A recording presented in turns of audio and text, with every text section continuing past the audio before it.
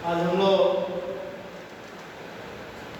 Electric field intensity due to line charge, यानी charge अगर किसी लाइन के ऊपर दिया गया तो उस चार्ज का असर क्या होगा, इसकी चर्चा हम लोग करेंगे। अब डेरिवेशन, जैसे मान लो यहाँ पर यह एक लाइन से this is P and this is Q। PQ एक मान लो लाइन, इसके ऊपर चार्ज दिया गया लैम्डा, लैम्डा मान लेते हैं चार्ज पर यूनिट लेंथ है, lambda is charge per unit. अब इस लाइन से r दूरी पर, ये r distance, perpendicular distance r है, यहाँ पर कोई पॉइंट P, इस पॉइंट पर इस चार्ज का क्या असर होगा ये कैलकुलेट करना है। तो यहाँ से डेरिवेशन तो इसका लगभग 50-60 मिनट का है, 1 घंटा कम से कम, उसको बता पाना और फिर आपके लिए रिकॉर्ड करके भेज पाना टफ है। मैं डायरेक्ट रिजल्ट पे आता हूँ। रिजल्ट क्या है वो रिजल्ट ही आप याद रखिए, उससे आपका काम चल जाएगा। क्लासरूम में तो डेरिवेशन वगैरह सारी चीज़ एक एक करके बताते हैं, क्योंकि 2 घंटे का क्लास रहता है, यहाँ थोड़ा टाइम का लिमिटेशन है। तो है क्या, अब आप ऐसा, आप डेरिवेशन करना चाहें तो कर सकते हैं। डेरिवेशन का तरीका वही है, यहाँ से कुछ दूरी ऊपर जा करके, मान लो यहाँ से y डिस्टेंस ऊपर जाके एक एलिमेंट्री सेक्शन लेना होगा dy, और उसके बाद इसके कारण यहाँ इंटेंसिटी निकाल के और फिर इसको इंटीग्रेट करना होगा। अभी आप देखो, हम इसका अपर वाला जो पॉइंट है, ये पॉइंट कितना एंगल फॉर्म कर रहा है ये पहले लिखते हैं, और लोअर वाला पॉइंट यहाँ कितना एंगल फॉर्म कर रहा है इसको भी लिखते हैं। ये एंगल मान लो है से θ1 और ये एंगल मान लो है से θ2। बच्चों डायरेक्ट रिजल्ट को आप याद रखिए, क्या है, इस लाइन के लॉन्ग, ये जो हमने डिस्टेंस लिया है इस लाइन चार्ज से, इस लाइन के long electric field intensity E1 में लिखी। तो E1 बराबर आएगा lambda by 4 pi epsilon not r sin θ1 plus sin θ2। यानी इस पर जो चार्ज दिया गया है उस चार्ज की वजह से इस लाइन के लॉन्ग जो इंटेंसिटी होगा वह lambda by 4 pi epsilon not r sin θ1 plus sin θ2, और इस लाइन के परपेंडिकुलर जो इंटेंसिटी होगा E2 वो हो जाएगा lambda by 4 pi epsilon not r cos θ1 minus cos θ2। अब आपके मन में एक बात आ सकता है कि इस लाइन के परपेंडिकुलर वाला कंपोनेंट कैंसिल होगा, कैंसिल नहीं होगा क्या? जैसे इसके पहले वाले में लाइन जो लिया था हमने उसके परपेंडिकुलर वाला कंपोनेंट कैंसिल होगा क्या? इस लाइन के परपेंडिकुलर वाला कंपोनेंट यहाँ कैंसिल होगा? तो कैंसिल हो सकता है अगर इस लाइन के ऊपर जितना पोर्शन है उतना ही पोर्शन इस लाइन के नीचे हो, लेकिन यहाँ पर आप देखिए ऊपर वाला पोर्शन θ2 एंगल फॉर्म कर रहा है, नीचे वाला पोर्शन θ1 एंगल फॉर्म कर रहा है, इसलिए ये पोर्शन और ये पोर्शन बराबर नहीं है, इसलिए इस लाइन के परपेंडिकुलर भी कंपोनेंट हो। तो इस लाइन के लॉन्ग कितना, lambda by 4 pi epsilon not r sin θ1 plus sin θ2। इस लाइन के परपेंडिकुलर कितना, lambda by 4 pi epsilon not r cos θ1 minus cos θ2।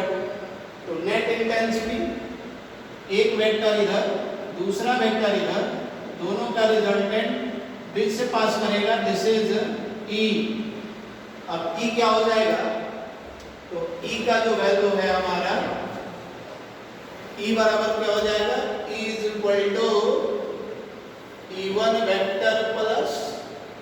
E2 vector, तो E वेक्टर का जो मैग्नीट्यूड है वो E1 vector plus E2 vector के मैग्नीट्यूड के बराबर।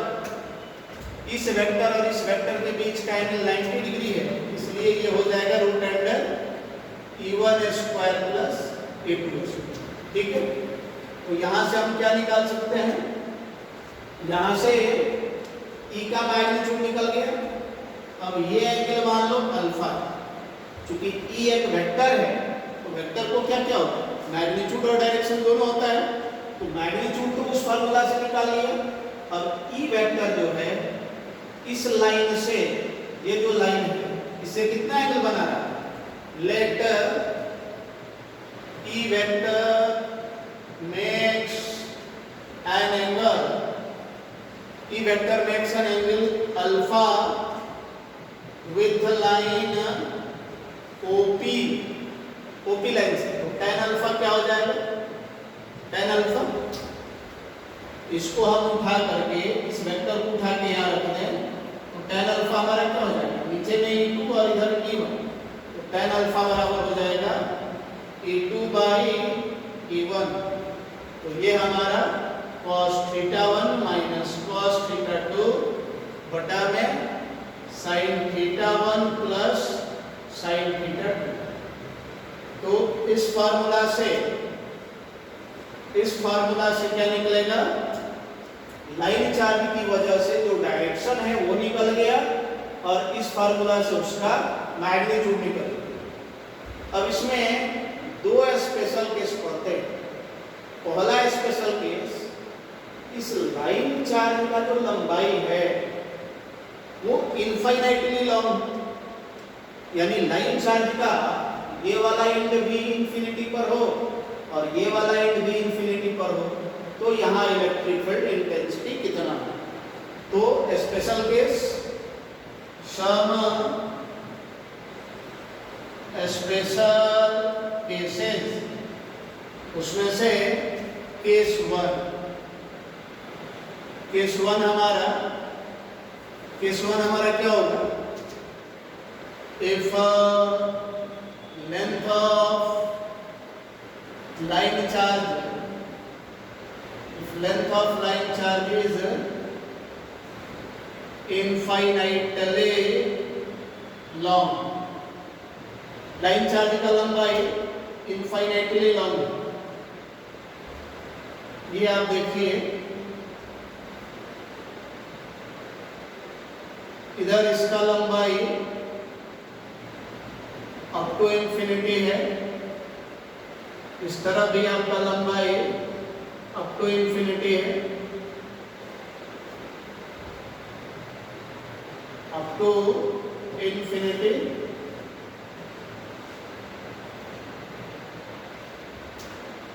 तो यहाँ पर इंटेंसिटी आर दूरी पर क्या हो। अब यहाँ से आप देखो फार्मूला तो अल्टीमेटली यही लगना है, तो E1 थीटा 1 कितना हो जाएगा, ये अगर फाइनाइट लंबाई था तो ये लाइन ऐसे जाके मिल रहा था तो कुछ एंगल बन रहा था। अब ये लाइन इंफिनिटी पर गया है, तो अब ये लाइन इंफिनिटी पर जाके मिलेगा। तो दो लाइन इंफिनिटी पर कब मिलता है, जब दोनों लाइन पैरेलल।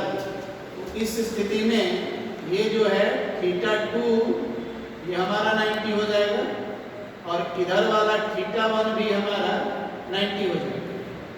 तो थीटा 1 इनफाइनाइट लाइन चार्ज का लंबाई अगर इनफाइनाइटली लॉन्ग हो तो थीटा 1 का मान 90 डिग्री, थीटा 2 का भी मान 90 डिग्री। तो उस स्थिति में यहाँ थीटा 1 90 रखिए, थीटा 2 भी 90 रखिए, तो और यहाँ रखिएगा अगर 90 और ये 90, तो ये टर्म तो 0 हो जाएगा। तो सिर्फ और सिर्फ इंटेंसिटी इसी लाइन के लॉन्ग होगा। आप याद करिए मैंने बोला भी था कि इस लाइन के ऊपर का पोर्शन और इस लाइन के नीचे का पोर्शन अगर बराबर हो तो फिर इस लाइन के लॉन्ग ही इंटेंसिटी होगा, जैसा उस स्पेशल केस में होगा। तो यहाँ इंटेंसिटी सिर्फ इसी लाइन के लॉन्ग होगा। E का वैल्यू कितना हो जाएगा, lambda by 4 pi epsilon not r into sine 90 degree plus sign 90 degree, ये 1 और ये 1 2 हो गया, ये हो जाएगा lambda by 4 pi epsilon not r into 2 और ये 2 cancel, this is lambda by 2 pi epsilon not r. तो ई हमारा इनवर्सली प्रोपोर्शनल है आर के। तो इनफाइनाइट लाइन चार्ज की वजह से, यानी इस लाइन के ऊपर चार्ज दिया गया है, charge per unit length lambda है और इस लाइन का लंबाई इनफाइनाइटली लॉन्ग है, तो इंटेंसिटी कितना होगा? इंटेंसिटी का वैल्यू होगा lambda by 2 pi epsilon not r, यानी E inversely proportional to r. ये रिजल्ट एक बार फिर हम लोग गॉस का जो थ्योरम पढ़ेंगे और उसका एप्लीकेशन पढ़ेंगे, वहां पर एक बार फिर से इस रिजल्ट की चर्चा हम लोग अवश्य करेंगे। केस 2 में if length of line charge is semi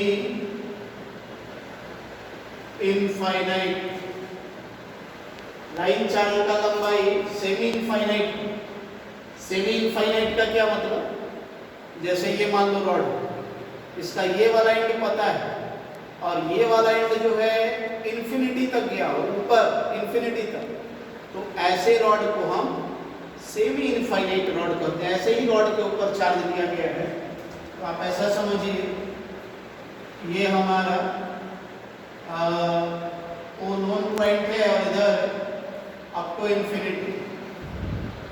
infinity इसके ऊपर चार्ज दिया गया है, चार्ज यहाँ दे दिया है और यहाँ से आर दूरी पर, यहाँ से आर दूरी पर इलेक्ट्रिक फील्ड निकालना है।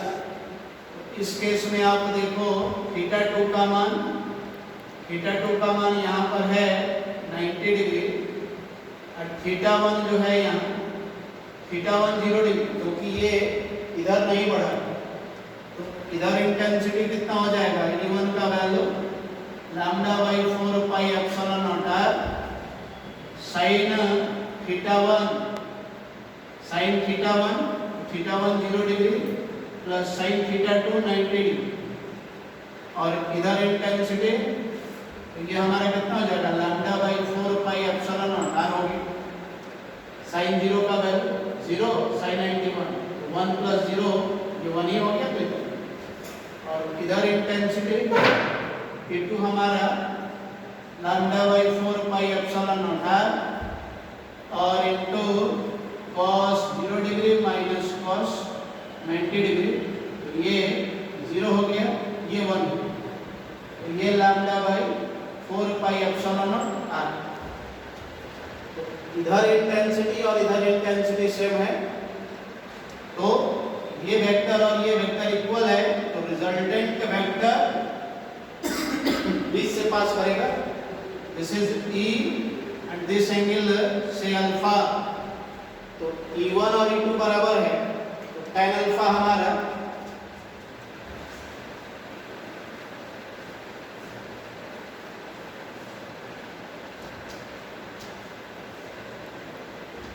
tan अल्फा हमारा क्या हो जाएगा? tan अल्फा बराबर हमारा E2 बटा में E1।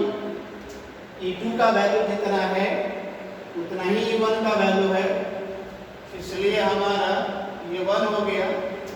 अल्फा बराबर हमारा 45 डिग्री, यानी दिस एंगल इज 45। तो लाइन चार्ज की वजह से इंटेंसिटी कितना? तो लाइन चार्ज के परपेंडिकुलर जो हमने डिस्टेंस लिया है उस लाइन के long intensity lambda by 4 pi epsilon not r sin theta 1 plus sin theta 2 और उसकी perpendicular intensity lambda by 4 pi epsilon not r cos theta 1 minus cos theta 2। उसी रिजल्ट को यूज करके हमने दो केस बताया। पहला केस में अगर लाइन चार्ज की लंबाई semi infinitely long, line charge का लंबाई अगर इनफाइनाइटली लॉन्ग है तो intensity lambda by 2 pi epsilon not है, और अगर लाइन चार्ज का लंबाई सेमी इनफाइनाइट है तो इधर इंटेंसिटी हो गया E1 और इधर इंटेंसिटी हो गया E2। तो नेट इंटेंसिटी कितना, तो E हमारा नेट इलेक्ट्रिक फील्ड इंटेंसिटी हमारा E1 vector plus E2 vector, E1 vector का मैग्नीट्यूड E2 वेक्टर के मैग्नीट्यूड के बराबर है। तो E का जो मैग्नीट्यूड होगा E1 प्लस E2 के मैग्नीट्यूड के बराबर, दिस इज E1 रूट 2 आप लिख सकते हैं।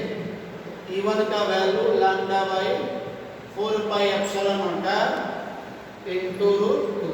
This is net electric field intensity due to semi infinite line charge and the direction is 45 degree with line OP।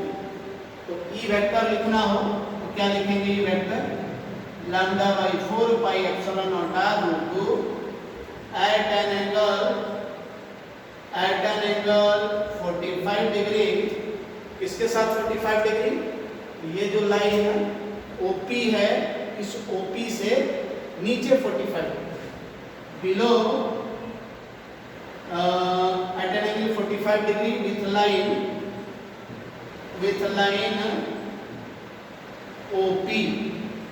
OP line से 45 degree का angle, ये जो OP लाइन है इससे 45 डिग्री के एंगल पर हमारा net electric field intensity E है।